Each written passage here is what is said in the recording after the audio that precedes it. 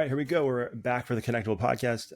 You'll notice my co-host Deb is not here. She's actually on the sunny, beautiful beaches of Hawaii right now, and she's getting one last vacation in before her school year as a teacher starts. So you'll notice she's not here today, but that is okay because we have an awesome guest. We have a former professional baseball player and current DJ, musician, artist, Lars Anderson. What's going on, man? How's it going? Good to be here. Thanks for having me. Yeah, man, I'm excited to chat with you. It's been a long time. I always like to start the show off by letting people know how we're connected with our guest. And man, we played baseball mostly against each other way back in the day, growing up. And man, I'll be honest, and I think I share this thought with a lot of people. You lived in my nightmares. It was awful playing against you because for anybody who doesn't know Lars, was a stud athlete, and growing up playing against him was a terrifying experience because you were so much bigger, so much stronger, so much you threw harder, you hit harder than everybody else in the league. And it's like, man, anytime we saw you on the schedule, it's like, this is gonna suck. And I just stood in the box. I'm like, I'm gonna stand here. I'm gonna hope he doesn't hit me, and then I'm gonna get out of here with a strikeout. Oh, that is so funny that you said that because I remember having that same experience about other players and like on other teams. So I know I can totally relate to that feeling of just being like horrified. Like I remember this big left-handed pitcher and just being so afraid to like go play him. I thought he was going to hit me, and yeah, so I can relate. I'm sorry that you went through that emotionally when we played each other. Hey, you know what, man? I think it made me a better person, probably a better human being. You know, some mental toughness there. And I remember looking down because my dad used to coach me, and I looked down at him. He kind of like shrugged his shoulders, like, I don't know what you want me to do because I can't hit for you. It's like, well, even if you could hit for me, you're not going to hit him. No one could hit him. And so, and the same as a pitcher, man, I always hated facing you. But, you know, it's been fun though, man. Like, I feel like you're one of those the first guys that I played against or played, you know, had some connection with as far as the sports world, where we kind of got to follow your journey as you made your way through, you know, high school and then college and then playing in pros. Like, it was just a cool thing to follow you and kind of root for you as you win. I think a lot of people are in that same boat, man. So it's cool to kind of see how things have gone. And then now it's awesome to see what you're doing now with the music. And so it's a crazy journey. That's kind of where I wanted. I mean, I want you to kind of explain your backstory a little bit, but does it feel, because I've always been fascinated with professional athletes specifically, because you think about it, they're starting this journey off when they're in high school or younger. And then typically their journey kind of ends as far as their sports career, their playing career. For some guys, right, you have the Brady's of the world, but like most of them, it's somewhere in their mid 30s, right? Yeah. And it's almost like you've lived an entire life, and then you have this other half of your life that you get to go into. And for you, it's the music. But like, is that a weird feeling? Like, how difficult or how weird is that to kind of cope with as far as your journey goes? That's a great question. In terms of like playing professionally, it is really odd. It's almost like your life cycle is sped up. And you see yourself becoming an old person in the context of your sport when you're still a young person relative to everything else, you know? So like, right.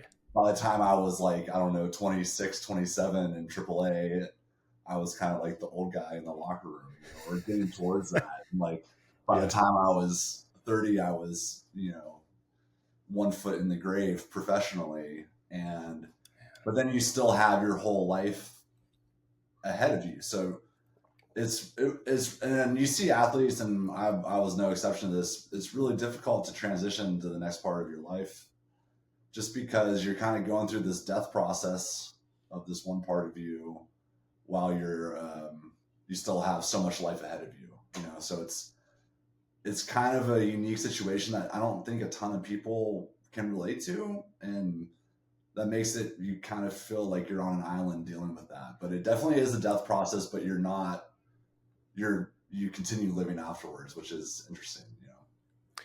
For sure. And I was going to mention, I was reading just the other day as I was doing research for this podcast, you did a great article in the New York Times kind of explaining this process and your whole journey. And there's a lot of that in there that I didn't know, that you don't necessarily see on social media.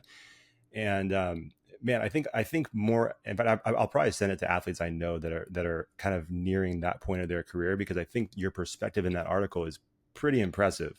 And obviously there's probably a lot that goes on behind the scenes that you're dealing with emotionally and all that. But it seems like in that article, you had a really good grasp on, hey, this has been a part of my life since I was 2. I wanted to be a professional baseball player since I was 2. You even talked about like the idea of making decisions is not even really present in your life, because you're Yeah. like, there's one goal and I'm Yeah. going to make it there. And then when the train ends there, it's like, I'll figure it out. But like, it was just I enjoyed the article a lot, man. I feel like it was just a great perspective. And did it take you a while to get to that point where you felt at peace with moving from the baseball chapter into your new chapter? Yeah.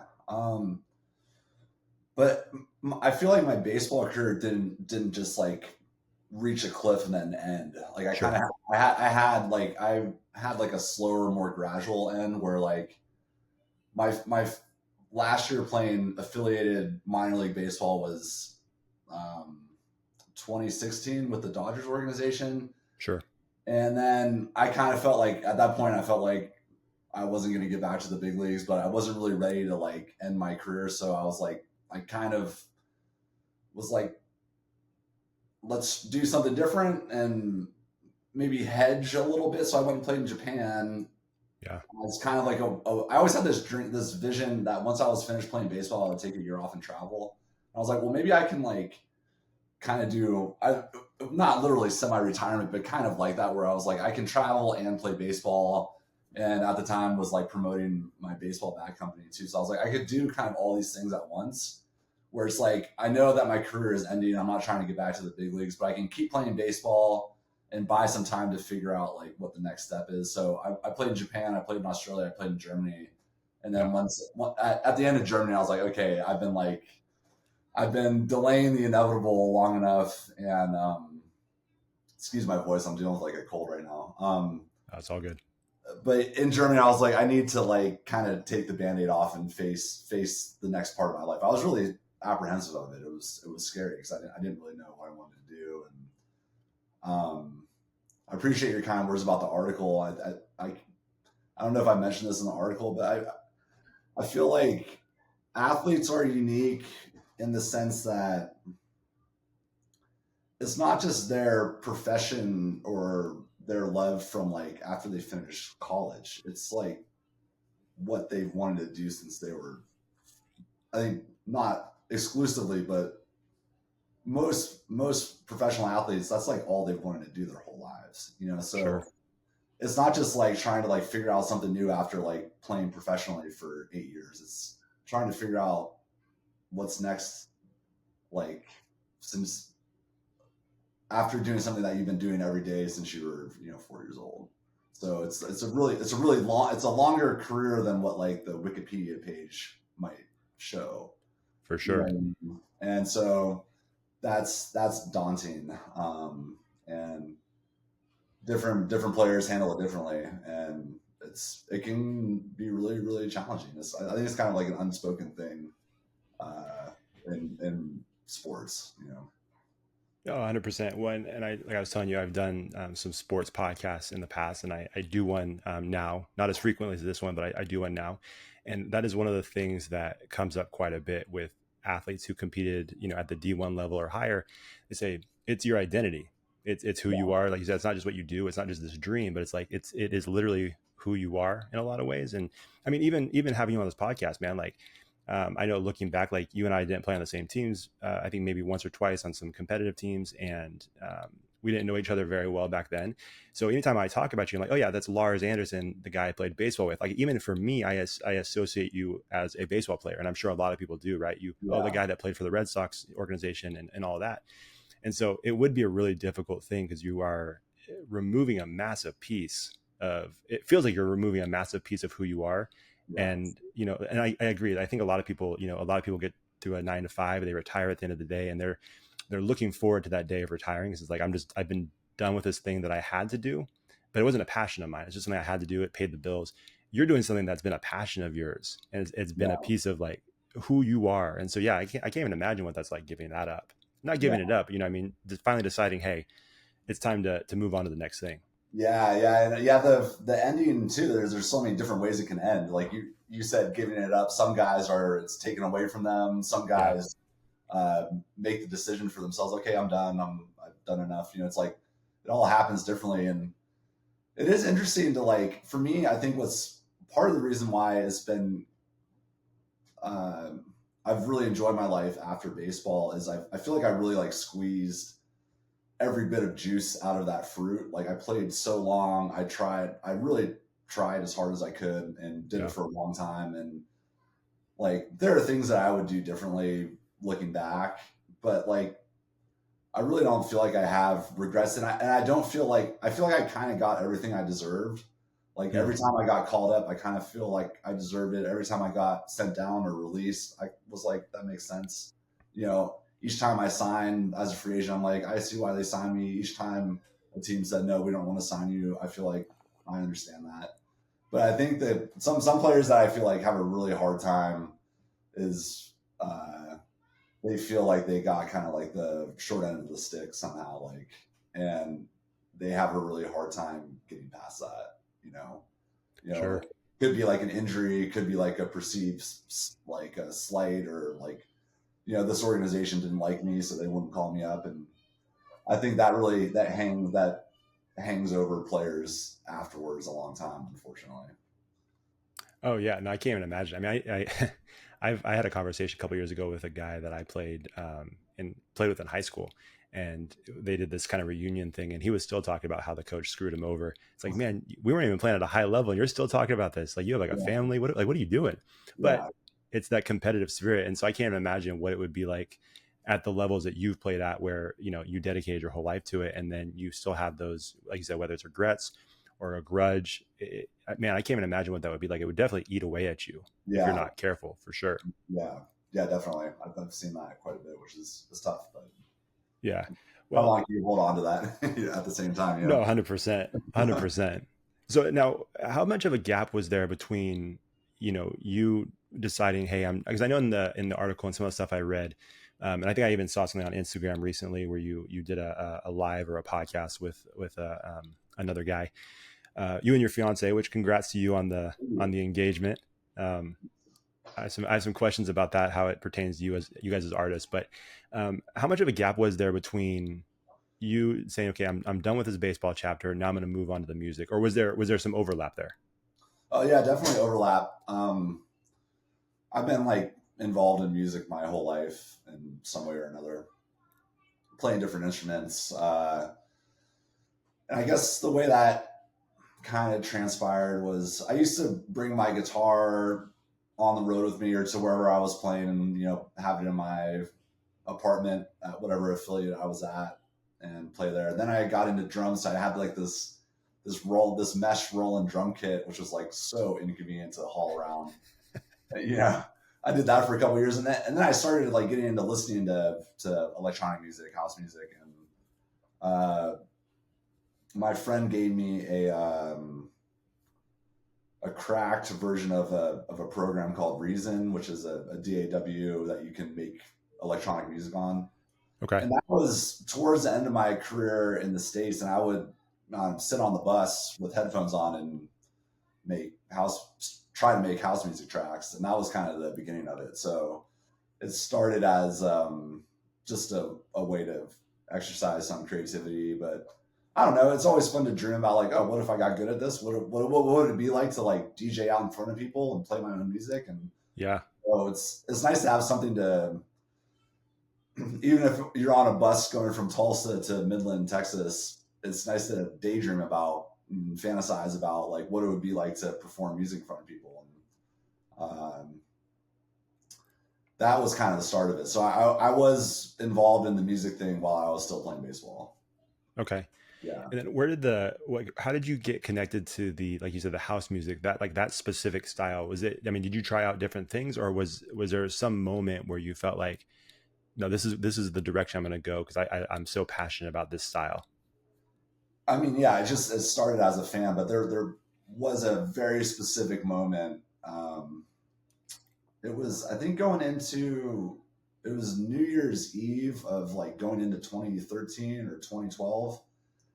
And I had just been starting to hear like electronic music here and there. And like, I didn't even know what to call it or how to talk about it. And I remember putting on I think it was a Cascade or a Dead Mouse Pandora station, getting ready to go to this New Year's Eve party. And the station played a song by Dead Mouse called The Veldt, and then a song by Cascade called Eyes. And I just remember thinking like, I want to be in that world. That music sounds so incredible to me. Those sounds are just so fresh and new and interesting. I grew up like listening to rock and Yeah. alternative music, and I was like, this is so far from an electric guitar or like an acoustic drum kit, and it's just it's such a like a amazing soundscape, and I Yeah. just want to learn more about that and get involved in it. And so yeah, it was like a very specific moment that I felt like I was walking in this direction and then just got pulled in that direction, and have kind of Nice. been on that journey and fallen its different branches, ever since. Do you still have the first track you ever created? Probably, yeah. I Now, is that call one of those things where you kind of like tuck it away far, like deep in the closet because you're ashamed of how it sounds? I know a lot of people that create, like we've had people that do video on this podcast, movies, music, and they're like, I still have my first track or my first film or whatever, and they're like, it's so far back in my closet in like a safe locked with a combination, like no one will ever see it. Is that the same for you? no, it's not. It's not the same for me. Oh, that's good. Sometimes I'll listen back and I'm like, wow, that was an interesting idea. How the fuck did I do that? Like I wish I Yeah, did shit like that now. Like I don't even know how I came up with that, but I think the big difference is like just the sonic quality of it. Like when I sure, listen to when I listen to my old stuff, it's just like I would never be able to like release that or send it to a label because it's just. sure. But like I feel like some of the ideas themselves, the musical ideas are interesting and like inspiring to me, and but it's just you just can't make it sound good enough when you don't have the experience. I'm Right, still right. on $100%. that trajectory, but like, yeah, it sounds like someone who's just figuring it out for sure. Hey man, I get that a different level, but with this podcast and things, some of the early ones we trashed were like the first couple episodes Deb and I did. It's like that's never gonna see the light of day. I'm gonna delete that everywhere I possibly can Yeah, yeah, because we absolutely. sound like two idiots that somehow got a hold of a mic. But that's interesting. Interesting what you're saying though. Like when you go back and you think, that's actually an interesting concept. It's an interesting piece of art, whether you do design or music. It's one of those things where you could start something and say, you know what, I'm not feeling this. I'm not sure how to make the connection between this and where I wanted to go. But you could go back later in time and that could become inspiration for something you do now once you have more skills, once you have more knowledge. That's really interesting. So have there been times where you've taken something that you worked on for a while and maybe gave it a year, maybe 6 months of rest, and then you came back, it's like, okay, I think I'm in a better place where I can continue to build on this thing and make it what it's supposed to be. Yeah, yeah, and I think it actually like even happens in for me less time than 6 months or a year. Okay. But well, I think there's two parts for this. Like one part is that like I don't know. One example is I used to write stuff that was more melodic and maybe like less club focused, more I don't know, trying to create happy sad feelings, for lack of a better Sure. term. Sure. Um, and recently I was kind of getting back into that,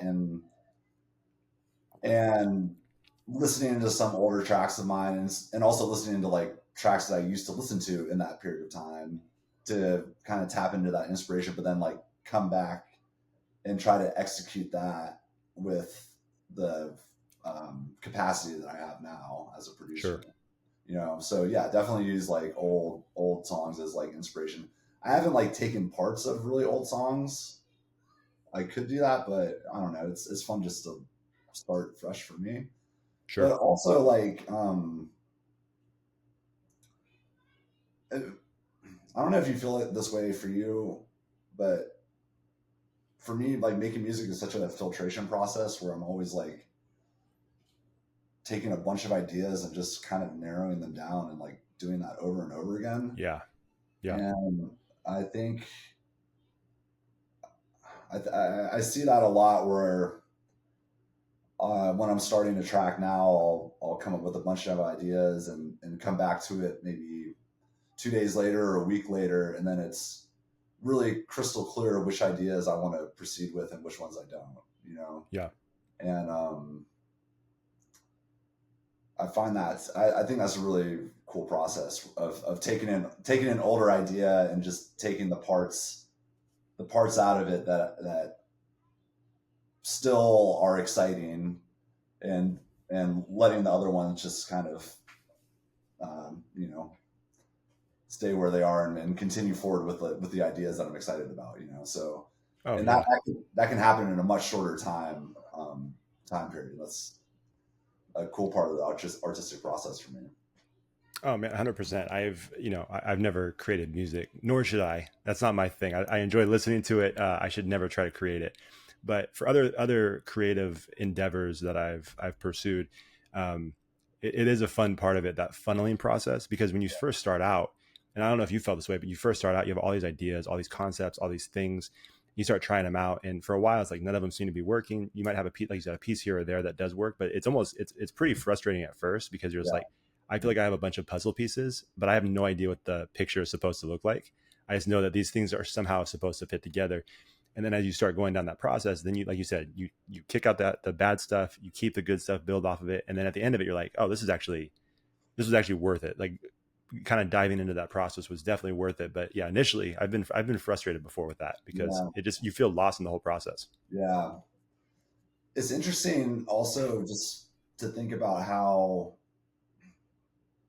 it's not a, and I feel like none of it's a waste of time. Like some of those ideas that you don't end up keeping help get you to the idea that is worth keeping, you know? 100%. And you kind Yeah. of have to go through that process to get to the nugget that is good, you know? Oh yeah, I 100% agree with that. Yeah, and yeah, because I don't think it's a waste of time, but in the moment, I think for me Yeah. it's just a frustration. But yeah, definitely not a waste of time, but you do have to remind yourself that sometimes because there are like nights where I'll sit at the computer working on whatever I'm working on. I'm like, I feel like I haven't done anything. I've been sitting here for two Yeah. hours. My wife's concerned in the other room. She's like, I might have lost him. Like he might just be gone in there. I don't know what the deal is. And I come out and like I did nothing. I sat here. But then, like you said, you go back the next day, or a little time after that. It's like, okay, I can see how these things have pushed me in the right direction. You know? It does feel like a waste of time and it's super frustrating. And I also think it's like a necessary unfortunately, I think it's a necessary process too. Oh, Yeah. 100%. Well, do you think that your experience and your life as a ball player and as a competitive athlete help with that creative, that like being able to push through that process? Because obviously you're not when you're creating geez, when you're creating music, you're not doing this physical exertion that you would be while you're playing sports, but like the mental side of the sports, I imagine it has to help you when it comes to the pushing through some of those challenging creative processes. Dude, I think about that all the time. Yeah. Yeah, It's like an ever present thought or feeling. sure. Being able to draw on my experiences as an athlete, like the discipline of it, the being able to like continue when it's hard, part of it, dealing with failure, like sending music to a label and then saying we don't want it, like Yeah, that crushes artists. That's like a big thing, and I don't love hearing that. It sure. doesn't feel good, but like it's not worse than getting sent down, Right. to double A, when you're Sure. fucking 26 years old. Like Sure. I was in double A when I was 20 years old, and now I'm back in double A and I'm 26. It's not Man. worse than that. Right. So I think just like dealing with like failure so much in baseball definitely like translates to other parts of my life, and like understanding that like there will be another day, there will be more opportunities, and it's not the end of the world. Like I think like we were talking about just like the death process of baseball. I remember one of the most like poignant moments of my career was when I got released by the White Sox in Hmm. 2013. I was in AAA. I was like terrible that year. I was so bad. I took a red eye back from San Francisco to Charlotte to make it for the first game that started the second half of the season.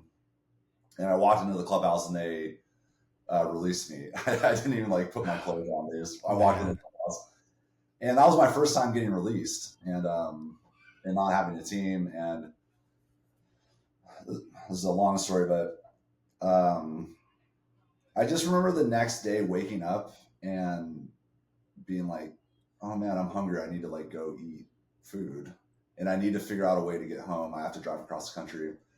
And I had this kind of like thing, this bell go off in my head of just a sense of like my life is continuing. I thought that when I would get released, my life was over. Yeah. And like, I literally had to like continue living my life. Yeah. And that was such an amazing experience because so much of my identity was that of a baseball player, and just that little moment showed that there was like there was more to my life. And I mean, Right. it seems obvious, but it's like it's a palpable feeling to experience in that moment, or it was for me, you know. So Sure. um, I feel like that helps, you know, having an experience like that at that age helps in other parts of my life. Oh yeah. Hey, I'll tell you what, not to get off track, but I think the White Sox could definitely use you right now. It has been a rough go for them. I saw that. Um, Yeah, man, yeah. actually, my wife's one of my wife's sisters is uh, they live in Chicago. They're White Sox fans, so it has been a rough go for them. But anyways, yeah. So you might have to dust off the glove, the spikes, and get back out there because they could That will use you for not be sure. happening. What's that? That will not be happening. Yeah, I didn't think so. Especially based on that article. It seems like you were at peace with this decision, and that I forgot when that article was written, but it was a little while ago. But Yeah, yeah, it's I figured music's the main thing right now. yeah, I did want to ask you. So I have a list of questions, but I'm just interested in this whole process creatively. yeah, sure. One of the things I'm always interested in when I'm talking to artists, whatever, like I said, whatever it may be, filmmaking, design, music, there's always this battle. I feel even for me as a podcaster, like there's this battle between inspiration and imitation, right? And I think especially when we're starting off with something, if we're not careful, we tend to lean towards imitation, right? Like it'd be easy for me to hop on here and sound exactly like every other podcast is out there just because I enjoy listening to podcasts. But at the end of the day, for your art to be the most genuine, authentic version of you, it's got to kind of stray away from that. You can take inspiration from that, but if you start to imitate that, it starts getting into a weird territory. So I guess how do you deal with that? Have you ever struggled with maybe leaning towards imitation rather than inspiration? And then how do you protect yourself creatively as you're building and creating your own music? That's a great question. Um, I think imitation, at least in my life, for I don't know, making music particularly, imitation can be helpful or a good starting point. Like sometimes I'll go into the studio with the idea that I want to make a song that feels like this other song, you know, Sure. or I really like the way the drums sound. I'm gonna try to make my drums sound like that, or I like how they did this little fill right there. Maybe I can make something like that. But it can get. I've gotten into points where I'm like, I really want to make a song like this song, and it can be stifling if taken too far. Hmm. Um, it can be frustrating because it's like it doesn't really sound like that. And then sometimes like if you just make something that sounds too much like that, I'm sitting there going like, this is not original. This just sounds exactly like that. So I succeeded in making the song sound like that, but I'm sitting here going like, this is not me. You know, this is just Right. a kind of a knockoff. So I think it can, especially when you're getting started. Imitation is like super helpful for Sure. like producing music. Um, I think it's still helpful for me if taken in small doses, but ultimately, like to create your own sound and your own kind of sonic identity, you have to move away from that. And I think it's definitely a dance. It's not one or the other for me. And I don't think it is for really any artist. I mean, I feel like for music particularly, you're always hearing the influences of that artist, you know, like Sure. you're hearing what they're inspired by. It might not be obvious, but they could probably tell you like, this is, yeah, this idea, first got that listening to this, or I'm really into this band. And, I feel like it's kind of interwoven, but at a certain point you have to like make it your own somehow. Right. And I think part of that creative process too, and I'm interested to hear what this is like for you. I always feel like for most people, whatever you're doing, writing a book, you're putting something out there for the world to see. I feel like a big part of the creative process is the people that you're connected with. Obviously, this is called Connectable. So it's the people you're connected with, the people that you surround yourself with, the people who you trust the opinions of. And what is that like for you? And obviously, like I said, I mentioned earlier, you just recently got engaged, and I know that your fiance is also an artist, a DJ, which is got to be an interesting dynamic because my wife's a teacher, but she doesn't want my opinion about how she teaches, and Uh, she's not interested in podcasting, so she couldn't care less about what I'm doing in here right now. But as far as you guys are doing the same craft, and you guys have the same passion, and I imagine you guys are able to bounce ideas off of each other, but not just with her, but like the people you surround yourself with. Like, what's your critique process like? Because I know, and again, just like you as a professional athlete, like you have coaches that are going to critique you and point out the flaws or the hitches here and there in your swing or the way you're fielding balls and throwing, whatever it may be. And so, what is that like for you? Like, what is that I guess that fine tuning process where you get critique from other people? How many people are kind of in your circle that you trust their opinions of? And what is that whole process like for you? yeah, that's a huge part for music production for me, is getting good feedback, like good honest feedback. Tanya, who's my fiance, is definitely like the main source of that for me. Um, I also am part of Josh Butler's Patreon. He's one of my favorite producers. Um, and one of the magical things about the modern era is you can communicate with some of your musical inspirations online, and he has a Patreon that I'm part of, and you can submit monthly or tracks monthly to his Patreon, and he'll get feedback from them. So Oh, that's that's cool. helpful. And there are a few other people, and then ultimately like myself too, and kind of figuring out how I want to. What the best way is for me to listen to my own music as objectively as possible, and figuring out when it's ready and when it's not. Sure. And that's been an ongoing journey. And I think something that's so important for me is to take time away from stuff that I've made and come back to it with fresh ears to be able to like critique it objectively. But and then also it's especially with Tanya, it's interesting to see how I take feedback. Sometimes I will ask for feedback and then get defensive once feedback is given. Oh man. What am I doing? I just asked for feedback, and now I'm like arguing about the feedback I'm giving. So Yeah. it's kind of an interesting mirror to have. And I think I've also been in positions to give feedback to other people about their music, and that's been really cool to kind of learn how to give suggestions in a way that somebody can hear them without them feeling like they're being attacked or personally like critiqued. And so just through the whole feedback process of getting it and giving it, I feel like it's taught me a lot about like communicating and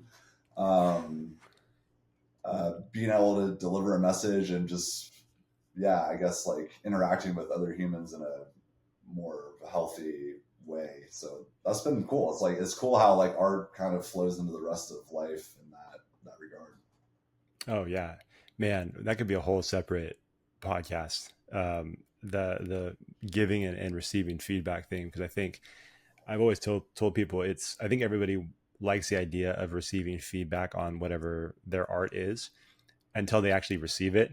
And then Yeah. all of a sudden it's like, I don't like this as much as I thought I was gonna, appreciate this. So it is an interesting kind of like dance that you have to do with that. And it does reveal a lot about a person. You know what I mean? It reveals, like you said, it is very much how we communicate outside of whatever we're doing, just in everyday life. And so, yeah, that's tough, especially when it's something you're so passionate about, right? Like when it's, if someone critiqued me about how I, was cooking, like I enjoy cooking, but I'm not a professional cook. I'm not a professional Yeah, chef, but like if someone, critiqued this podcast, you're right. I'm going to take it a little bit more harshly. It's going to hurt a little bit more because I'm so yeah, passionate about it. I care so much, yeah, and it might ultimately be good advice, but I think there's that little bit of a pride thing inside of me. My ego's going to want to fight back a little bit. It's like, hold on, wait a minute. I've been doing this for a little while. Like, why? yeah. So that's interesting. Very revealing about just, who you are as a human being and where you're at in life. I think even some of it's like unconscious or just like where you're at in the day. Like, have you eaten recently? Are you super like I was listening to this producer Enamor. His name is Enamor. He was talking about giving feedback. He's like, yeah, I realized like after I've had coffee, I'm like way harsher with my criticism than I would if I don't drink coffee or something like that. That's So it's like interesting. all these like, have you had enough sleep? All these things like are at play when you're giving and receiving feedback. So yeah, Man, that's so true. And like you said, that's just a good piece of advice for just life in general. Because I mean, yeah, how many times do you have interactions with people, and if they catch you on the wrong, you might be the most laid back person in the world, but if they catch you on the wrong day at the wrong time, all yeah, of a sudden this monster comes out like, what just happened? And yeah, you're having these fights that you didn't even realize they like, we didn't even know we were having a fight. It's like I didn't either. But like you said, I was a little hungry when we had that conversation. right, So right, right, you right. got me at a bad time. Yeah, That's interesting. Yeah, it is. But see, it's just interesting thinking about, how much, like you had mentioned, how much what you're doing now is connected to life. And it's cool because like you get to learn all these life lessons still as you're learning how to create and build, and as you're building your brand, and as you're, putting music out there for the world to hear. Like it's also helping you as a human being too, which is kind of a cool, I guess, dual thing that the music and the art can do for you, which I think is pretty awesome. yeah. um so let me ask you this: what was it like the first time you uh, put something out there for the world to hear? Because I think that's always, as an artist, as a creative, that's always a weird place, because like you're excited, you're building something, and then when that moment comes where it's like, okay, I can press submit, and tomorrow morning everybody's going to hear this. And like you said, as a ball player, it's a similar thing. The next day after a ball game, articles, Twitter, all these different things. If you had a good or bad game, you're going to hear about it one way or the other. And I imagine music's similar, right? So like, what was that like the first time you published something, put something out there for the world to hear? I'm trying to think about what the first thing I ever put up was. It probably would have been oh yeah, I think it was a song on that I just put on my SoundCloud, and I think I was expecting to get dozens of congratulatory messages and this sounds so good, and I don't think there was much of that. I think there was disappointment. Oh man. Honestly, yeah, Yeah. yeah. I think this was like maybe 2017, and I mean that's still part of it. Like it's it's so interesting how each release is different and how the reception is different, and I do feel like in the earlier days when I was putting music out, the highs were higher and the lows were lower. Sure. Um, and yeah, there's been some releases where I'm just like, this feels great. Like I'm loving like every minute of this. I'm so happy how this is going. And there's some days where like, I thought this was going to be better. Yeah. you know, Yeah. um, Yeah. uh, and it's interesting just because there's just this. It's like a fucking like one of those images of like a tip of the iceberg, and then you see underneath the water, and it's just this enormous Yeah. iceberg Yeah. underwater. And there's just so much that goes into putting a song out. Sure. There's like so many hours in this little vacuum with me basically by myself, Mm-hmm. wondering if anybody's gonna like it. So it's really nice when it gets put out and you do get some like response back from that. Like that feels great because it's Sure. like it's just been I've spent so much time working and grinding on this, And so, yeah, I guess it cuts both ways when you finally release something, with the reception. But I think, I don't know, you want to like tie it back to baseball. It's like about the process and not the result. Like you swing out a good pitch, you put a good swing on it, and it goes, you hit a line drive right to the center fielder. Like you did everything right. Sure. I think it's helpful to maintain some of that perspective because there's, there are a lot of reasons why maybe something's not received super well, other than like the song itself is not good, Sure. like, or vice versa. So I think it's important to like not get too hung up on the result of the release, and still like give more weight to the process of Right. of creation and like stick to itiveness and all those things.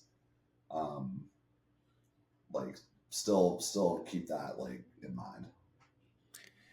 Yeah, this actually just hit me. It's interesting that these kind of two chapters of your life, both baseball and the music, they are kind of worlds where, to a certain extent, it is based on other people's judgment, right? Yeah, Like the baseball world, you have organizations, people within those organizations that are trying to determine if they want to sign you, if they want to invest in you as a ball player, and how you can help their organization. And so a lot of times, as you mentioned before, your opportunities, your success, sometimes your failures is somewhat connected to what other people think of you as a professional.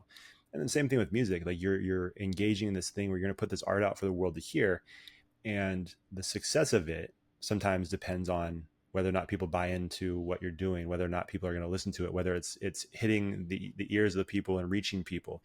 Like have you really thought about that, and how your life has kind of been connected to those two worlds? And it's like, maybe judgment's too strong, but like the opinions of people in both those worlds kind of matter.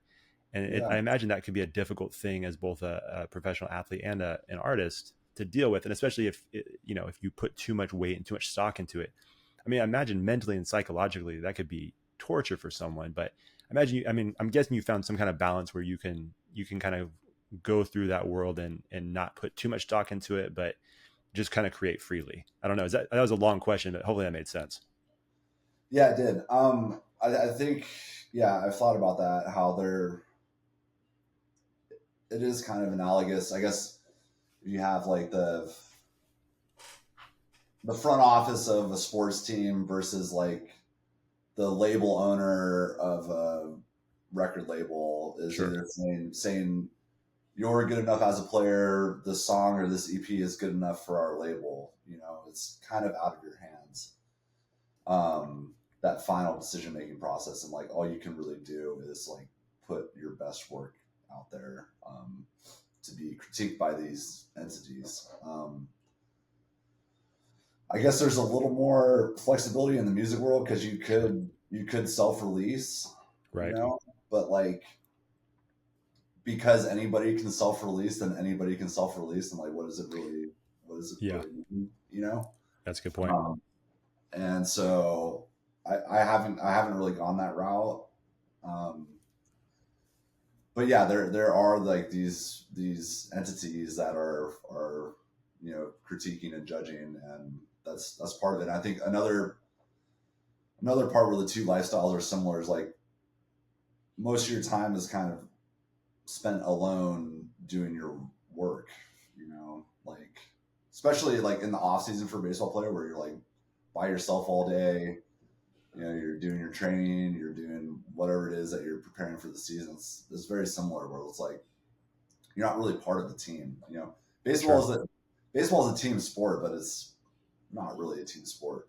Right. It's individuals, competing against each other essentially. Right. You know, Yeah. and the music thing is similar in that sense. Where it's like it's kind of all resting on whether my ability to do it well or not. Yeah. Speaking of that, what is the style of music that you do, the house music, the electronic? What's that community like? Because obviously, again, this podcast is called Connectable because we're interested in how people connect and how they connect with your art and how you connect with other people. But like, what is that community like? Is it a, because we've had people on this show before that have talked about different communities that they're a part of, and specifically when it comes to art, and they're like, yeah, there's some gatekeepers that don't want to share information, don't want to help other up and coming artists out. They don't want to help other people that are trying to accomplish the similar thing. It becomes a competitive thing where there's like, hey, we're gonna kind of hold this because we don't want to share this space with anybody. But in your specific world of house music, like, do you feel like it's a pretty community oriented place? Do people share ideas? Do people support one another? Or is it, like any other thing where it's competitive? I mean, the community is one of my favorite parts about it. Nice. I think I've heard other opinions and other views on it, but I think the community that we are a part of here and what I've experienced in different states and different countries has been like overwhelmingly positive and cool. I find that, you know, you go to like a house music event, there's a lot of people smiling, laughing, hugging, dancing, talking. It's generally like a really, I don't know, positive experience. And Yeah, um, I guess in our community, it feels like people really support each other and that's awesome. all are trying to kind of like lift each other up and, rise together, which is cool. I don't think that's how it is everywhere, but I feel like in general, most of the house music events that I've been to, either as an artist or DJ or just as a person on the dance floor, have been cool.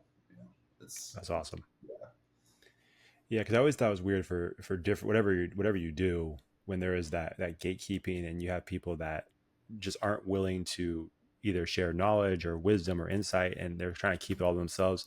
It always felt like an insecurity. You know what I mean? It felt like I was like, there's something that's about what you're doing that you don't feel great about, and you're trying to protect it at all costs. Instead of, hey, you have an opportunity to make this world that you love so much bigger and better by putting on different artists and different things. So it's cool to hear that that's not been your experience, that it's been yeah, a great community. And um, yeah, because I think we need more of that. I think that connection is important, and I think when you start having people that kind of hoard all of the resources and the knowledge, it's like, what are we doing here?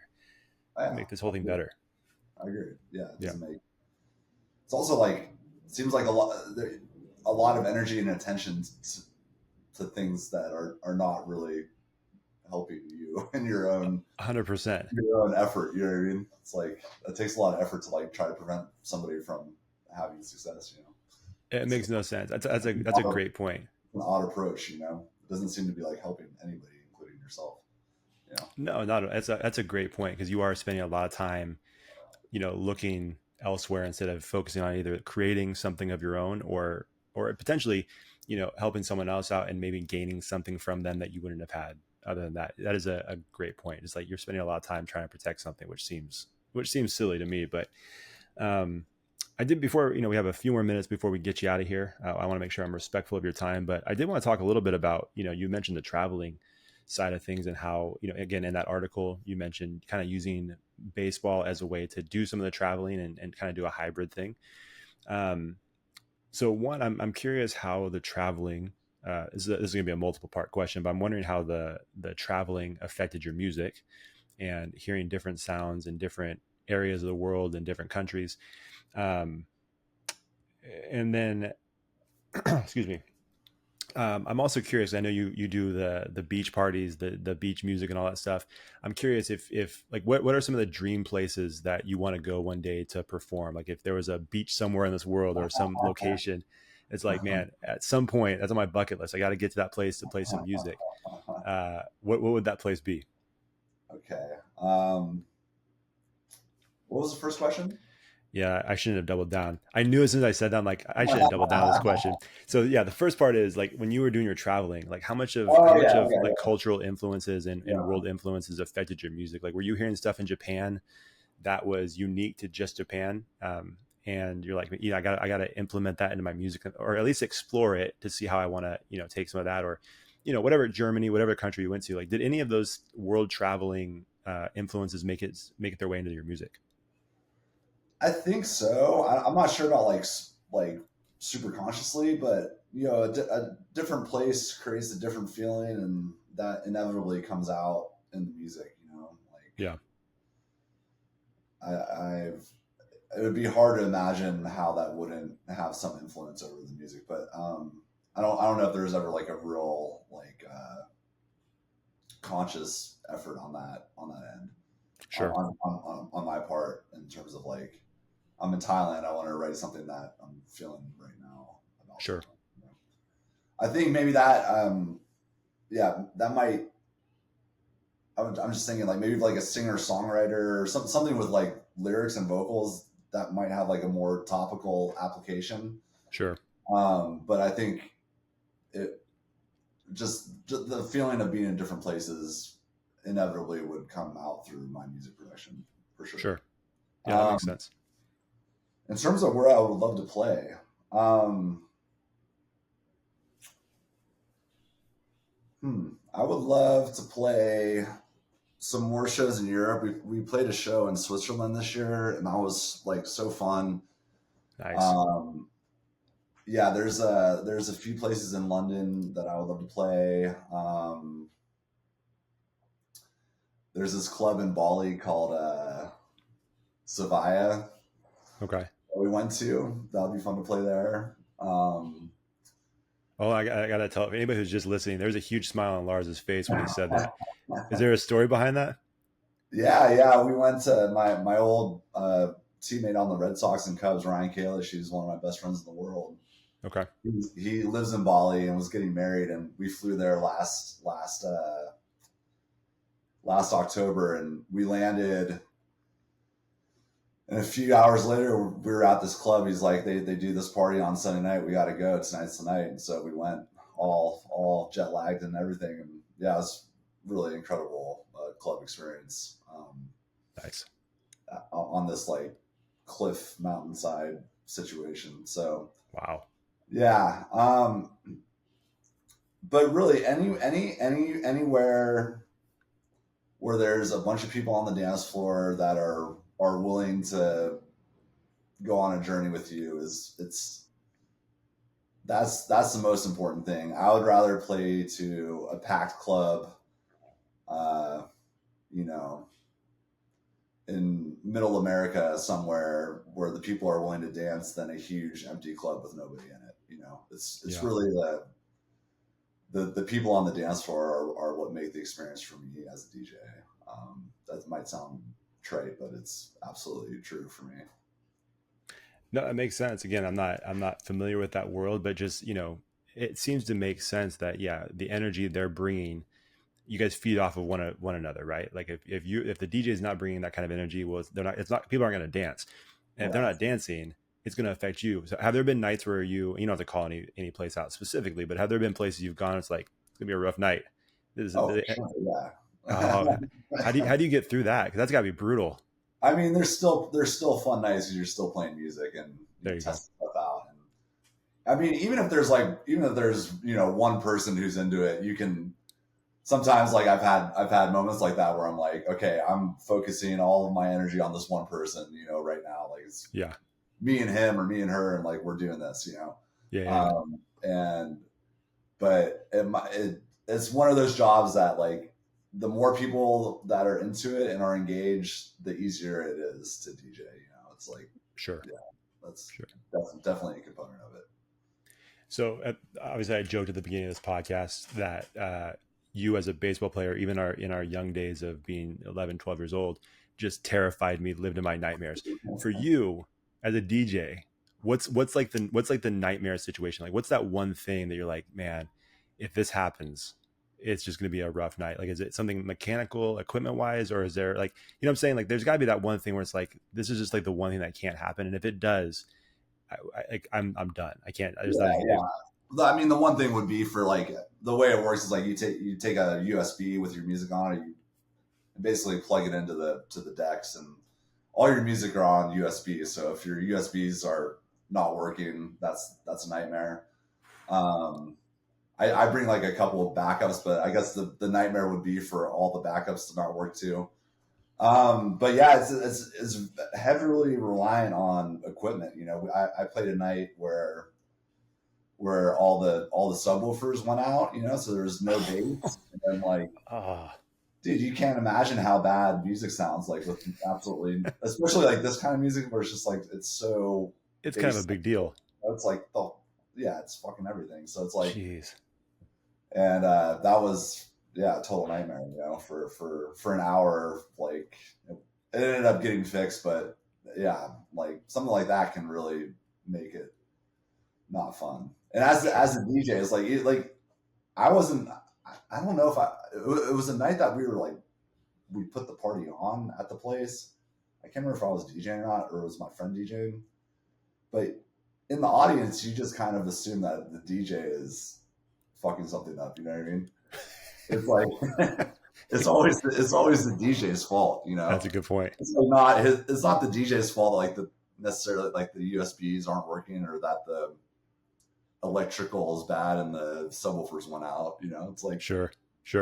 But they're blaming the guy standing behind the decks. Yeah, that's a good point. All eyes are on him, and it's like, hey, if we were having a great time and something went wrong, it's his fault. So everybody, if you're listening, just take note. Be kind to your DJs. Yeah. But there are like technical issues, or as a DJ where you mess up and something goes wrong and Sure, transitions aren't good. But sometimes those are like endearing moments of the night. Like I've seen some of my favorite DJs, fuck up in a set, and they kind of look up at the crowd and throw their hands up and laugh, and everyone laughs with them. It's like, it's kind of a cool like human moment. So it's not about like being perfect or anything, but it is really frustrating when like the equipment, when something like kind of outside of your control is not working. Right. Yeah. Let me ask you a question. This is completely out of left field, but have you seen the Entourage movie? Probably. I love that show. Okay. Yeah. So the reason I ask is in that movie, a big part of that movie is where Vinny Chase is directing and producing his own movie, and it's based around him being a DJ. And I think it's called Hyde is the name of the movie. But I was just curious if you had seen it. They just show a couple like clips from the trailer of that movie, and I'm always curious if you would have felt like that was a good, if it was gonna be a good movie or not. You know what I mean? I can't remember it. Dang it! All right. Yeah.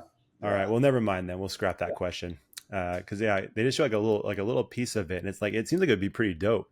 But I wanted to get a DJ's perspective on that. But maybe if you have some free time later, you can look that up. Send me a link and I'll take a look at it and let you know what I think.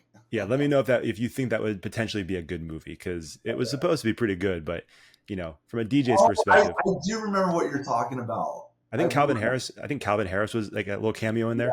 Yeah. It had kind of like a Matrix feel to it or something. Yes, his eyes were glowing at the end of it. Yeah. What do you think? As a DJ, do you think that was gonna be a good movie, or do you think that thing was gonna flop? No, I don't think it would have been a good movie. Okay, I kind of feel the same way. I can't really tell. It's not my style of movie, but from a DJ's perspective, it's like, I don't know. There's a lot that could go wrong here. Yeah. No, I wasn't into it. Okay, perfect. I think I've had some conversations about that. I'm gonna let some people know. It's like I talked to a real DJ. That thing wasn't gonna go. Yeah. So going back to your engagement relationship, all that stuff. I know you guys put out a project together. What was that process? Because that was prior to you guys getting engaged, correct? Yeah, it was. Was that interesting? Because I know, like, sorry, I don't mean to cut you off, but like when you talk about going into business, and I think doing a project with someone might be different, but like you hear people talk all the time, right? Like, hey, it's maybe second guess or think twice about going into business with friends or family and stuff like that. So I don't know if that same thing applies to a project, but what was that whole creation process like? Was it a fun process? Did you guys enjoy it? Do you guys have plans of doing that again at some point? Oh, for sure. Yeah, we're always working on music together. And those two songs were written and produced kind of, I don't know, maybe like 5 or 6 months apart. Sure. Even in different apartments. Oh, really? Yeah, but they work together nicely as an EP. So we sent that label 4 songs, and I actually thought that he was going to choose, it's a Collective Music run by Collective Machine. I thought Collective Machine was going to choose the 2 other tracks. Okay. And he ended up choosing these 2. but I was happy about that because I was like, I always thought that those two went kind of well together. But super fun making music with her. Both of those songs have her original vocals. Tanya, she goes by Swanya. Mm-hmm. Her original vocals on them. They're both. One was a poem that she wrote, and then one was kind of a spoken word that we wrote together. Nice. And then she performed the vocals, and we both produced the tracks together. So, and we have it's cool making music with her because we're two different people who hear different things. So you get like a kind of a different track than what I would normally come up with, and you get these cool new places to go sonically and new ideas and new ways that the drums are programmed and new different ways to arrange. So it's a nice way to write music when you're used to just writing by yourself all the time. Like collaborations can be a way to keep it fresh. And yeah, that was like her first release with the label too. So I was really excited to get to share that with her. And we have things. We have another release coming up, and then we're always trying to like finish songs up and put them together and send them out. So yeah, there'll be more LARSa Swanya collaborations in the future. Awesome. LARSa. I meant to ask you at the very beginning, LARSa. That's the artist name, LARSa. Yeah. Pronunciation. Okay. So yeah, ignore everything I said earlier. It's LARSa. That's how you can talk to this guy if you wanna identify him and his music. Just a couple more questions for you, man. I'll get you out of here. This is kind of a big one. This is actually a question that my co-host Deb has been known for asking people, and we try to limit this question a little bit because it tends to kind of send people in a spiral. But you being an artist and a musician, I'm interested what your response is to this. But she has this thing called a life song, and she asks people kind of what their life song is, whether it's a song that you feel defines your entire life and it's a song that you've loved forever, where you feel like, no, that song basically is me. Or it could be a song that you feel like in this moment right now is a song that you just have on repeat because it kind of explains or expresses where you're at in life right now. That's kind of the definition of her life song. So if you had to pick a life song, what would your life song be? I know it's probably like picking a favorite kid, but shit, man, I can see how that would put somebody into a spiral. it's been a problem. That's why we had to pull it back a little bit, because some people are just like standing there just in silence. I'm like, this is not great podcasting. But and it's kind of unfair. It's like we always argue, and like, do we ask the person who's not a musician this question?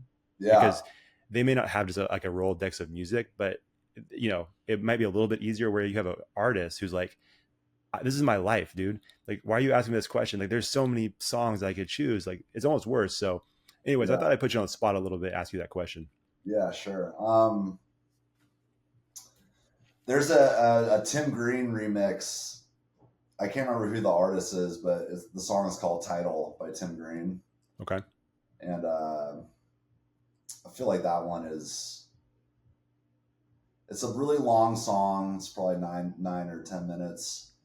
Goes into a lot of different places. It's beautiful. It has a nice groove. Can be a little melancholic. I feel like it hits on a lot of like different human emotions. So nice. I would say that one right now. Okay. Yeah. Perfect. Love it. So last question for you, man, is where can people follow you? Where can they follow your music, website, social media, anything that you have coming out that you want people to check out? We're based here in Sacramento, but if you have any events that are coming up that you want people to know about, man, let us have it. Lay it all on us. All right. Yeah. You can follow me on Instagram at This Is LARSa, on Spotify as LARSa, LARSA. My SoundCloud also LARSa. I think the handle is This Is LARSa as well. I have an EP coming out with All I Want Music. Should be coming out at the end of August or maybe beginning of September. We have to get the final date on that. Oh, perfect. And then I'm playing down here with Secret Service on the 24th. If you're in the area, I'm in Long Beach. We're playing at the Pier on August 24th. So I'll be DJing there with That's Adam perfect. Hoffman, and yeah, it's gonna be a fun day. So Perfect. yeah. Yeah, this actually Oh, comes out. we have a beach party this weekend too. So yeah, if you're in LA or Long Beach, Rosie's Dog Beach, 3 o'clock Saturday, August 10th. All right, so you're probably, if you're hearing this, just know if you weren't there, you missed out, because this is gonna come out on the 13th. Oh yeah. But the 24th, if you're in the area, make sure you check that out for sure. And then make sure you keep it, follow Lars, follow all his music. I'll say this, man. I don't listen to a ton of house music, but I definitely listen to your stuff before this podcast, and it is super dope. It was actually really nice. I was working from home today, and I had it playing just to get ready for this podcast, and it was great having, as I was working, like it made me feel just really good. You know what I'm saying? Yeah. And helped me feel really relaxed, because there were some not so relaxing things happening at work. So it helped me stay calm, my man. It was awesome. That's good to hear. Yeah. I'm So happy to hear that. So yeah, that's what music's all about. yeah, absolutely, man. So you guys definitely check out LARSa and all his music. It's dope. And so I would definitely encourage that for sure. Give him a follow. Man, I could have talked to you forever about the creative process. And I was telling him, I'm baseball is still my favorite sport. I was telling myself, try not to go too much down the baseball direction, but I could have talked to you about that forever as well. So thank you so much, man, for taking the time to chat and all that. Super fun for me. Would love to do it again, and we can explore further. So yeah, it's a great way to catch up with you, and I really appreciate all the great questions. Super made me think, and I appreciate the preparation. Yeah, absolutely, man. We try our best here on this podcast, and yeah, I hope you mean that, man, because I would love to have you back on the podcast for sure. So anytime. Awesome, man. Well, hey, thank you guys so much for listening, and we will talk to you next week. See ya. Thanks for watching the show. If you enjoyed that episode, make sure you like it, share it, and hit the subscribe button to get a new episode every week. We'll see you next time on the Connectable podcast.